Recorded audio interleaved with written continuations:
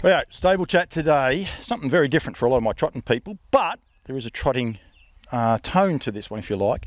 Joined firstly by Brian McKnight. Firstly, welcome. Thank you very much.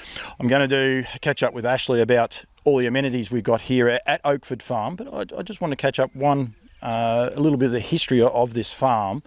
It does have a significant standardbred history about it. Yeah, it does actually. Noel Taylor originally bought the farm off when it was split up from the Dennis family farm, which also belonged to part of Trevenson Park.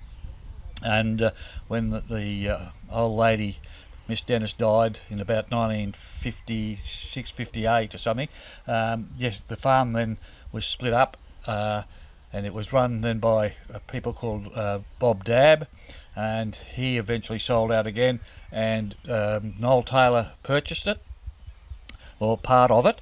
And of course, if you remember, the trotting people will remember that Mari's Idol stood here as a stallion, and then in 1993, I think it was from memory, 92, Noel wasn't having a lot of success, and he decided to opt out of the farm and downsize. And coincidentally, it was put up for auction, and that was the day of the Caulfield Cup that Mannerism won. And lo and behold, we were the breeders of Mannerism. That was the first broodmare. Northwood Manor was the first broodmare Judy and I owned in partnership with Trevenson Park.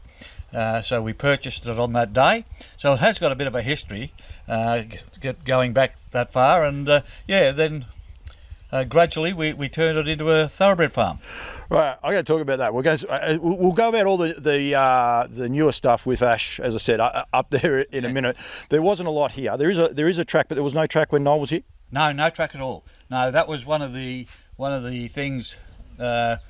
Originally, I spoke to Noel when he thought was thinking of downsizing and things, and he said, "Oh, I don't know. I think I either got to build a track in the front paddock here, or I've got to sell."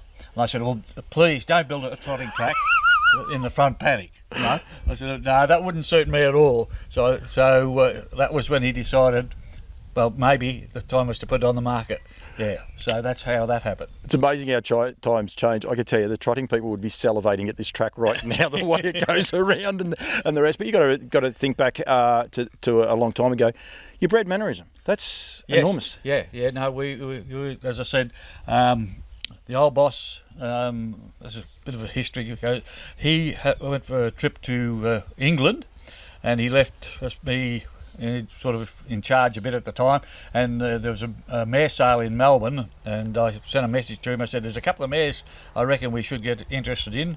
One was Northwood Manor, in foal to Amnator, and that produced Mannerism, and another mare, I can't remember her name now, but she produced nothing. So they were the two mares that Judy and I first we owned 25% in those two mares, and yes, it was a pretty good purchase, because not only Mannerism, Lady's Way was another one out of Northwood Manor. She won a Group 2 race in Sydney.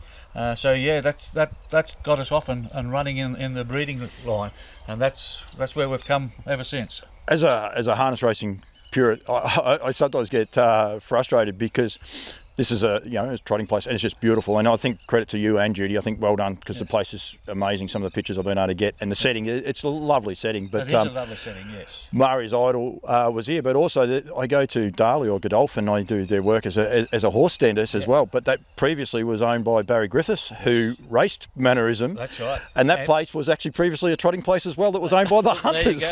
There you go. So that's the story. Yes, Barry Griffiths owned Northwood Manor. Yep. And he sold her, and we bought her, and then he purchased Mannerism back from us when we put her through the yearling sale. So unfortunately, of course, that wasn't a great result for us, because at the time she was she wasn't a very precocious sort of a filly. She was a light frame filly, and he purchased her back for 16,000. So it wasn't a lot of money at the yearling sale, and she turned out and she won over, I think, about 2.6 million. Yeah. In stakes, including the Caulfield Cup, of course, as well as other good group races, the Australasian Oaks and things like that. She won, and that's why now they have a race named after her, the Mannerism Stakes. So yeah, it was just great to be part of that history now. Yeah. Or Darley and Godolphin, they have a wing called the Mannerism, like it's a row of paddocks, and there's a fold out area and everything like that. So she's a great mare, isn't she? Because I think she was Damien Oliver's first Group 1 win. It was the first or maybe in Melbourne. Might have been. I'm not sure on that, but it could be. Yeah, everything about that story, apart from poor old Shane Dye and Vienna Cross, is a great story, isn't it? It's just one of those. Broodmares, we talk about broodmares, and you have a love of those, and I've got pictures of a little foal down there, but you've got quite a few mares here. You've got a few already foaled down. That's pretty much where you sort of started the farm out? Yes, so my history goes back to, I started in this industry when I was 17 at Trevenson Park stud then. So I spent 33 years there as, well, basically, I suppose, the second in command all the time until Ed, he was starting to get a bit of age on him and things like that, and unfortunately his wife died of cancer, which left a big hole in the whole production, because she was a vet herself, and a very good vet, especially in the trotting field. She had a big clientele through those years that they used to bring the horses up to the Trevenson Park for Joe to look at and do all those sort of things with them, and then time went by, and of course, like everything that happens when people get old, they have to make a decision, and anyhow the decision was to downsize a little bit, and by that time my eldest son Brendan, he had joined our team. He left school and joined our team after Joe died, and how this place originally became we're interested in. We had some good clientele in Singapore and Malaysia who were buying young horses, but of course they haven't got the facilities to break them in and get them going, pre-train them and things like that. So they asked us, was there any chance that we could do something like that? Anyhow, and that's what this farm was originally built for, as part of Trevenson Park, to set up a pre-training establishment. But unfortunately, that after we purchased this place, that fell through, and then so that left a bit of a hole what we were going to do. Anyhow, as I said, Trevenson was starting to downsize a little bit, so we decided as a family to branch out on our own, and basically become a one-stop shop. So a lot of clients came with us, and we had their broodmares. We raised yearlings. We go either if they want to go yearling sale, we go yearling sales. If they wanted to go straight on into training, then we'd get them broken in, pre-train them, and then they would go to the trainer of their choice, or even if they wanted us to keep training, that's what we did. And we've always had a team of somewhere around between 12 and 15 horses in work all the time. So yes, so we now do walk-ins for people. A lot of people, clients, always send their mares here, and then it's up to us to get them in foal and then send them home again. It has evolved, and as I said, Ash is going to come on, but you say about your family, you've got Brendan, who works a farm, lives just around the corner as well. He's been here, and Paula, albeit in all sorts of trouble if I forget Paula and Judy. That's right, yes. I'll get into a lot of the trouble, but it is a big family. You've got grandkids here in the background and that, and you've had grandkids work here as well. Yes, yeah, too right we have, and they were a very, very important part in the last few years. Brendan's he's got two children, a boy and a girl, Nicholas. He's a wonderful, absolute wonderful worker, and when he left school he came here, and I think he was here for 3 years. Basically anything you wanted to do, whether it was the horses, the farm work, whatever, Then he's gone off and done an apprenticeship in diesel mechanic, and now he's got his own business, which is great. And then Rebecca, she was here for 4 or 5 years, and she was the same. I think she ran the place better than Ash when she was here. Yeah, I think she did. Yeah. So she was a great organiser, and then she wanted a little bit of a change as well, which was great to broaden their horizon in this world of ours. And now she is working for secretary for an accountant firm in Bendigo. So that's great. Yeah, definitely. I will throw to Ash very quickly, but you must be wrapped with how the place has evolved. I mean, some of the amenities, I think you guys might take it for granted, but like I've been coming here for a very long time, I think 25 years-ish, which is almost as long as you guys have been here. Yeah, and the way it's evolved, you must be really wrapped with the amenities you have now. Oh, look, there is no doubt. We do have everything, I think, basically that we need. We have been able to put together. One of the big, I suppose, not drawbacks, is now I've got getting a little bit of age on me. I just wish I was 20 years younger to enjoy, because now we've got what we want. Yep. And it's a little bit frustrating to have to slow down a little bit, because that's not in my my sort of thought pattern. I just want to keep doing what we do to try to improve all the time with our horses and things like that. But I am very lucky. Judy and I are so lucky. Ash is very, very keen on the racing side, not so much on the breeding side. He hasn't perhaps been as much as involved on the breeding side as I was. I still love the breeding side of things, trying to, I suppose, produce that group horse like it was with Mannerism. That gives you such an absolute thrill and pleasure to be able to say, I did that, or I had that, I brought that into the world. And that is just incredible feeling. Where Ash, he would rather perhaps go to sales and look and try to choose weanlings and yearlings and go from that side of things, and he's having a bit of success like that at the moment as well.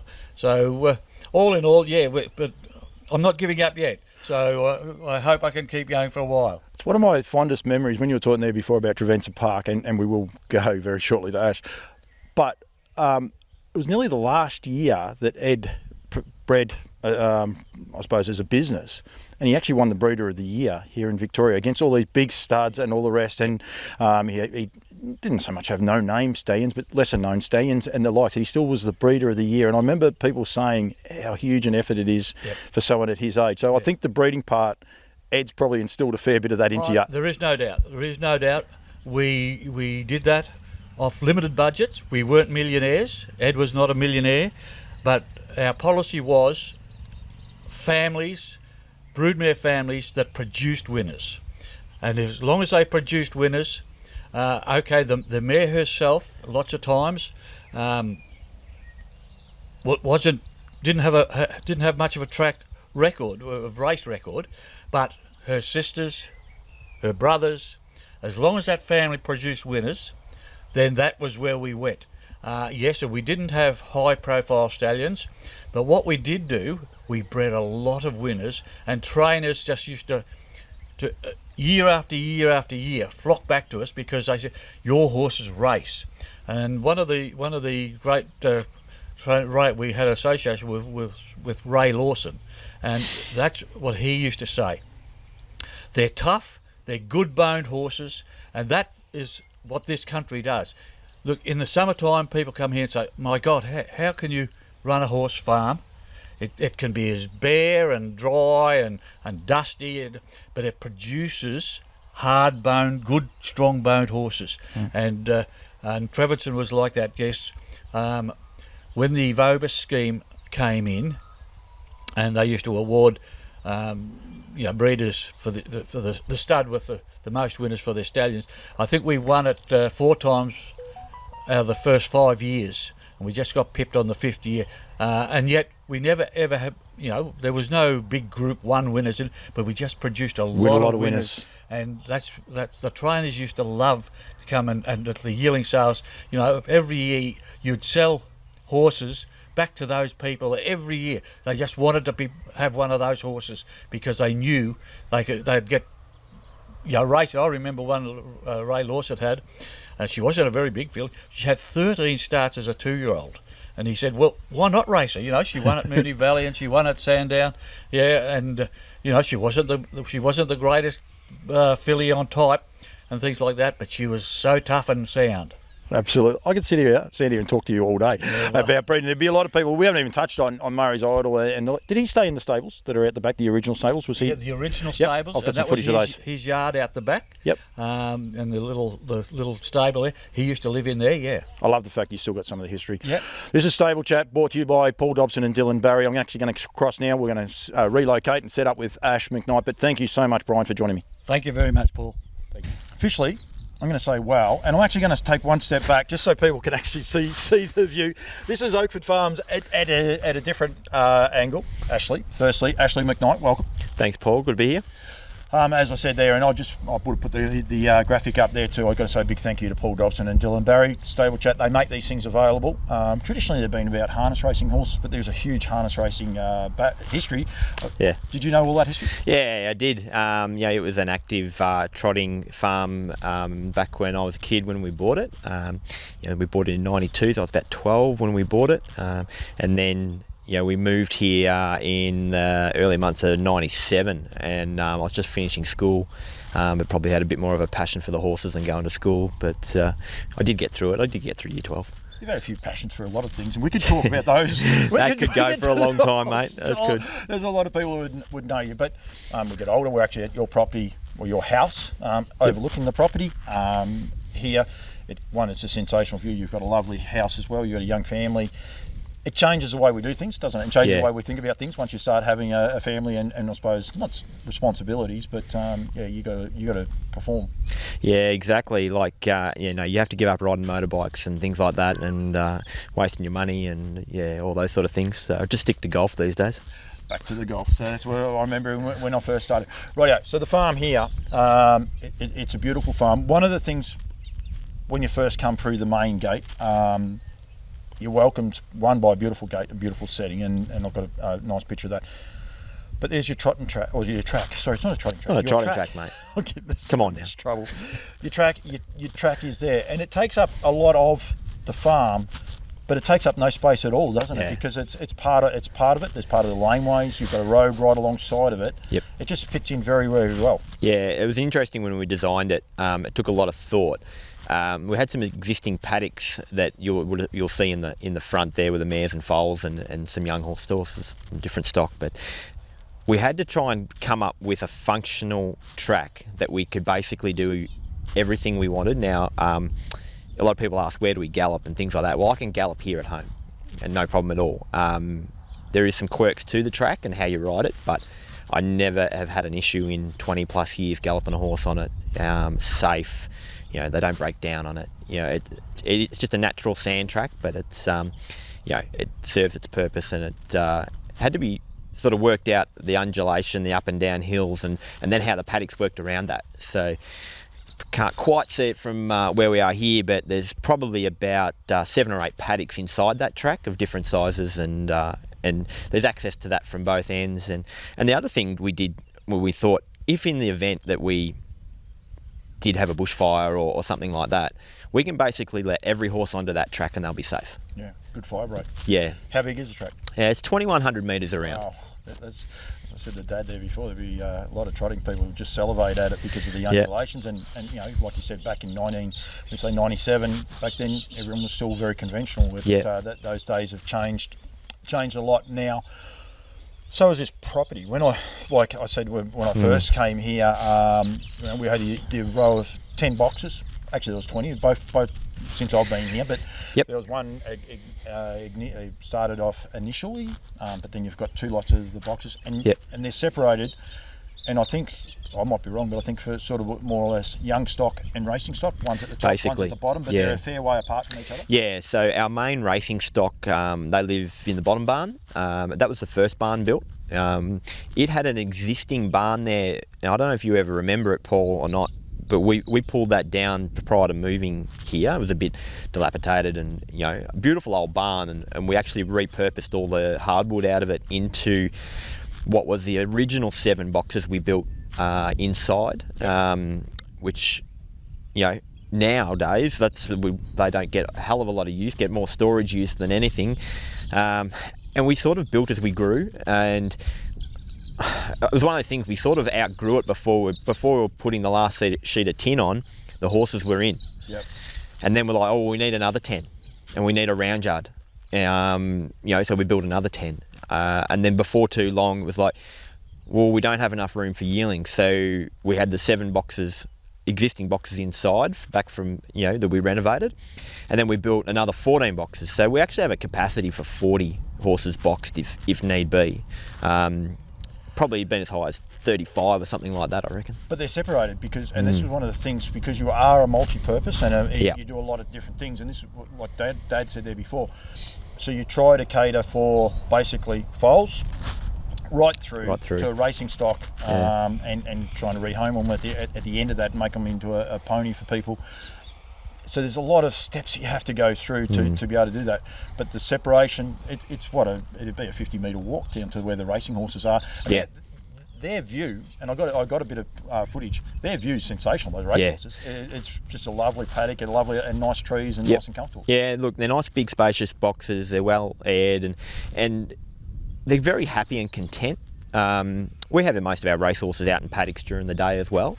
We like them to go out and have a pick and a play and a roll and not be cooped up. And I think you get a better attitude to most of them, especially horses come out of the city and they take a little while to adjust to it, but they eventually sort of relax and take it in and basically smell the roses.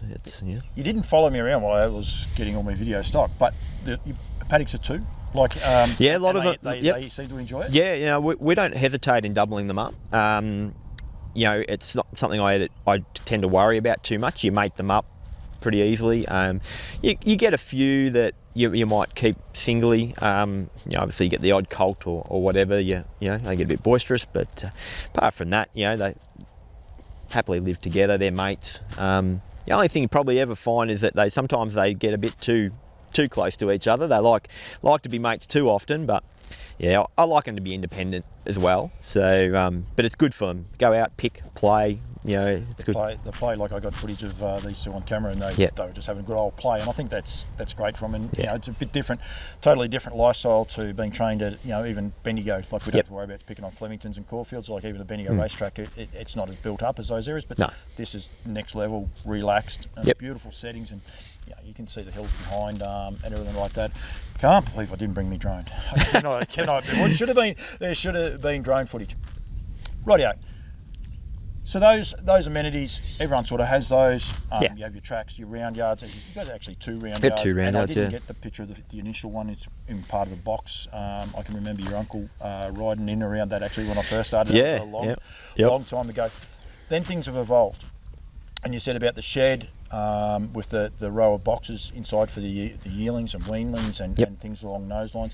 Now you've got stripping stalls, what are they, about 6? Yeah, got 6 stripping stalls, and basically it makes our life a bit easier of a morning. You have 6 in there at a time, whether you're saddling up, water walking, swimming, whatever you do, any vet work you got to do, shoeing. You just pop them in the stalls, they're used to it, and it makes your life a lot easier and a lot more functional. And you can see there's puddles because we've had a fair bit of rain overnight here, but you've got these stripping stalls, and that's what I was going to say. So then you've got an undercover walker, an undercover water walker, an undercover treadmill, but they're all within, I suppose, 10 metres. Yep, pretty much. Yeah, look, I mean, the treadmill's the newest addition. I pushed pretty hard a couple of years ago. As everyone knows, it's really difficult getting staff, and especially out here, getting people to come and ride. And I'm a big believer they need to be ridden, but most of all, they need to be worked. And the treadmill is a sensational tool. It takes a little while to learn to use it, but once you learn to use it and what its benefits are, and whether it be using incline or taking pressure off joints or whatever it might be, and it's also great for rehab. It's a fantastic tool. And it's better off paying that once off than it is paying wages every year to someone. It doesn't call in sick, it doesn't argue, it doesn't, dispute what you ask it to do. You just hit the button and away it goes. I was told a good story about a trader a few years ago, and he named his after two staff that didn't turn up. They were both named after they had a name. Basically, they had to work a little bit harder, and that is one of the struggles. I mean, from the harness point of view, a lot of guys complain in our industry, but we're fortunate enough that we can drive them and we can continue to do them. With you guys, it gets a little bit harder. You used to ride. Do you still ride? Yeah, I still ride, Paul. Yeah, I still ride, and the girth's a bit bigger. My girth? Yeah, my girth's a little bit bigger these days. But back when you first met me, I was 60 kilos, wringing wet. I'm the same, so it's all good. But look, now I just say it's the farrier body now. I've just turned into a farrier's body. But look, I still enjoy the riding. I don't do as much as what I used to. There's not much I'd hesitate for getting on. Yep. I rode some gallops last week and different things, and the riders that I have work with me, the jockeys, Christine Pools, Alana Kelly, are really great. That we know how to make it work when the weight discrepancy's there. Yep. They might have give you a head start. They give me a head start, absolutely. And then 50 to go, the milkshakes are on. Rightio. Let's get back to what we got. The walker for a start. Yep. An essential tool just for basic exercise recovery. Yep. Great warm up and recovery tool. Yeah, it definitely is. We've had that 20 years. That walker. It's been that long. Yeah, it's it one of the. Wasn't on the cover originally. No. We built the cover over it. So credit to my brother Brendan. He designed and built all that. It was an interesting build, that one, especially putting the iron on it. It was putting the screws in the very end were a little bit hairy, but we got there in the end. That's what younger brothers do. Yeah, exactly. Give them the worst job to do. And then I'm going to say 10 years, would it? The water walker be in? Yeah, water walker's been in a bit over 10 years. It could be 2010, so you're just over 10 years. I think it might have been in. I reckon we put it in when I had a horse, a really good horse, Laremus, going. We put it in when just before he won the Dillon Stakes, I think. Yep. So, and because it was new, I was a little bit hesitant to change the way we trained or anything like that. It's a fantastic tool. Anybody that's ever used one or knows how they work, it's a great muscle conditioner, and it's a great post-workout tool as well. All our horses they'll work, and then they'll have 10 minutes just waiting in the water, and it's like going to the beach, I suppose. But obviously we're a long way inland from the beach. It's an excellent tool for that. It's quite deep. It's it's probably chest height when you stand in it.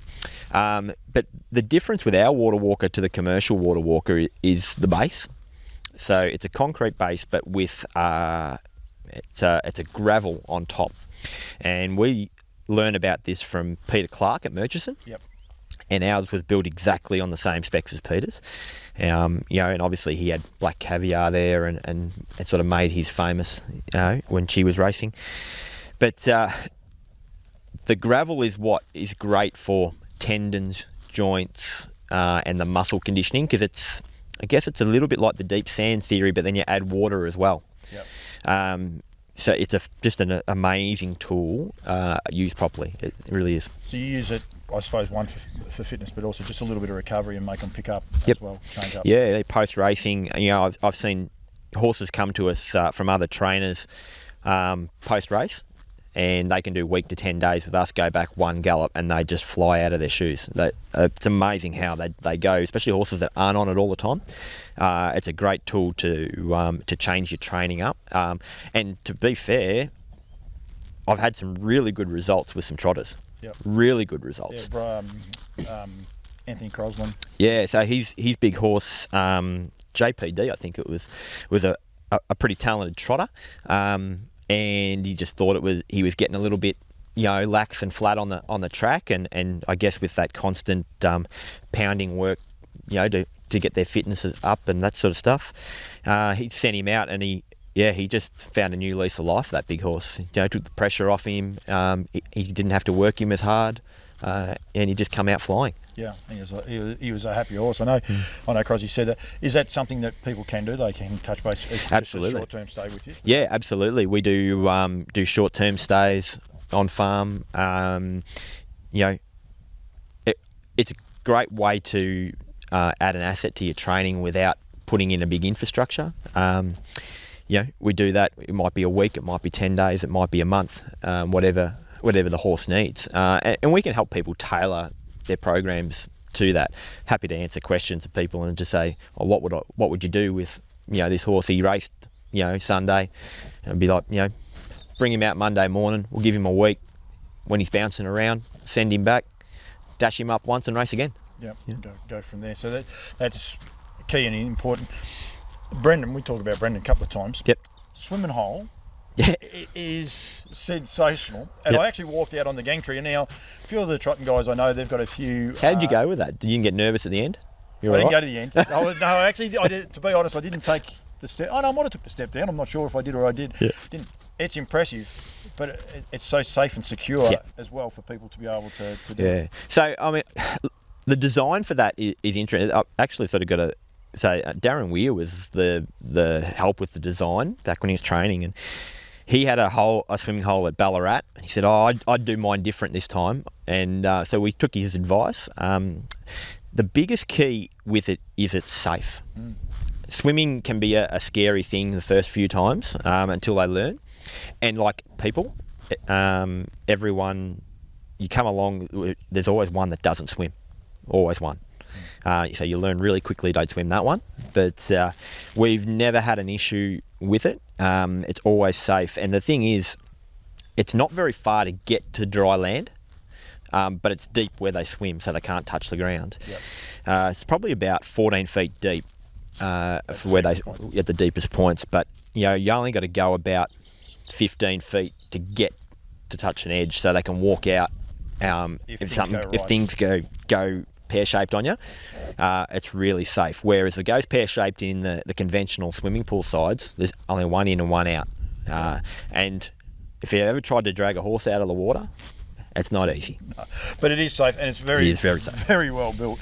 Yep. Brendan could do professional building of stuff. He absolutely could. And his ability to see things and then build them, it's been amazing. There's so much stuff he's built around this farm that you got commercial builders in, you just couldn't afford it. Yeah. Simple as that, So, it is a big credit to him and his skills in that regard. So McKnight Racing or Oakford Farm, what are your goals from now? Like you've got all the amenities. There's probably still some things you probably want. There's always a want. But, always a want. Group 1 winner would be nice. Yeah, so that gets back to which way you're going. Dad alluded to there before that you're more around the buying some weanlings and yearlings and going that way. What's the direction you want to go to? Look, I think Dad's passion's always been breeding, and he still harps on it. I think I've seen the highs and lows of breeding, and to be fair, I think there's a lot more lows in breeding than the highs. The highs are fantastic, don't get me wrong, and racing's the same. But I have a passion for racing. It's probably my competitive nature that like anybody, love to win. And I think you just love to see horses progress and progress into good horses at whatever level, whether that's as Dad was talking about. Whether it's break it in and pre-train it and then it goes on to be a good horse. You may have identified it young for someone and go, that sort of thing. So I like the training. It's difficult, and as you know, Paul, I'm a farrier as well.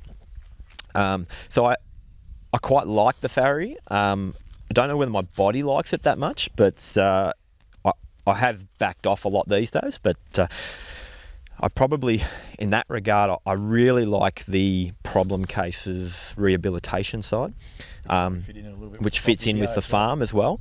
So I have got aspirations. We can't see it here on camera, but I have a workshop here at home that I'm currently just finishing up building, where people can bring their horses in to me, get assessed.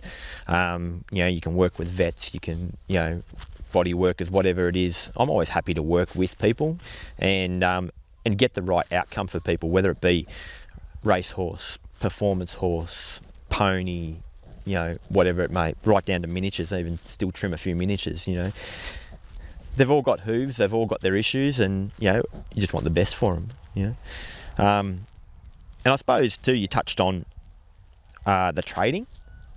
So I do a fair bit of bloodstock work, which I've sort of got into, whether it be advising people or even just doing what we call pin hooking for the farm. I'm sure everyone knows what pin hooking is out there. Basically, you buy and trade, and so I've had a bit of success with pin hooking weanlings. It's a tough game. I didn't buy any this year because the market was really strong, and you have to be able to assess what you can get out of them. But I've had a couple of horses that have done well. A good little story. I bought a filly in Queensland by Zoostar.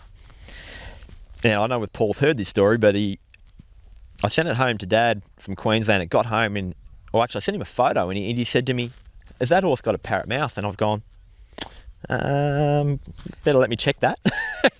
But she had a few little issues I was prepared to forgive.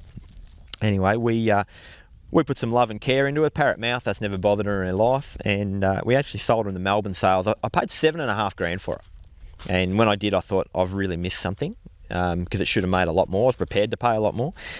And anyway, she's a horse called Kenyan Wonder, and Ryan Belford trains her in South Australia, and she's won about $250,000, that horse. Serious? Yeah, so I say to people, mates, and that ask me about it, they say, what's your process? I said, I probably buy horses that I think can run, not necessarily the horse that's going to make you $1 million as the trade. I want to sell horses to people that can run and make them good money. And that goes back to Dad's original theory that you buy winning families. Yeah. If a mare keeps producing winners, then you are a really good chance of getting a winner. It's one of those things.